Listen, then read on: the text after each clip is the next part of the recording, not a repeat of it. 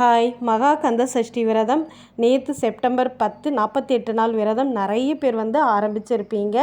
எனக்கு தெரிஞ்ச சில விஷயங்களை நான் தினந்தோறும் என்னுடைய சேனலை பார்க்குற என்னுடைய சப்ஸ்கிரைபருக்கும் வியூவர்ஸ்க்கும் சொல்லணும் அப்படின்றதுக்காக தான். ஏன்னா லாங் வீடியோவாக நான் சொல்லும்போது நிறைய பேர் அதை பார்க்குறதே இல்லைங்க. அதனால தான் டெய்லி ஒன்று சொல்லலாம் அப்படின்னு சொல்லிட்டு. சரி வாங்க வீடியோக்குள்ளே போயிடலாம்.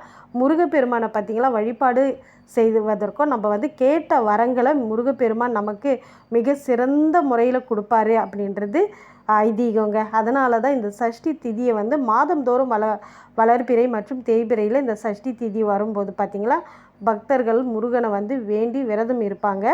அது மட்டும் இல்லாத அதிகமான முருக பக்தர்கள் இருப்பாங்க இல்லையா, அதாவது முருகனை தவிர எங்களுக்கு வேறு ஒன்றுமே தெரியாது அப்படின்னு நினைக்கிறவங்க இந்த மகா கந்த சஷ்டி விரதத்தை கடைப்பிடிப்பாங்க. ஐப்பசி மாதம் இந்த மகா கந்த சஷ்டி விரதம் வரும் இல்லைங்களா. இது ஏன் அவ்வளோ சிறந்ததுன்னு பார்த்தீங்களா, முருகப்பெருமான் சூரனை வதம் செஞ்சு தேவர்களை காத்த ஒரு மிகப்பெரிய திருநாளாகவே முருக பக்தர்கள் இதை கொண்டாடுறாங்கங்க. இது ஐப்பசி மாதம் அமாவாசைக்கு பிறகு வர பிரதமை திதியில் நமக்கு ஆரம்பித்து சஷ்டி வரைக்கும் இந்த விரதத்தை சில பேர் இருப்பாங்க. சில பேர் பார்த்திங்கன்னா சப்தமி திதி வரைக்கும் இருப்பாங்கங்க. இதுதான் இதோடைய அர்த்தமே. இதுதான், இந்த மாதிரி தான் இந்த விரதத்தை ஆரம்பிப்பாங்க.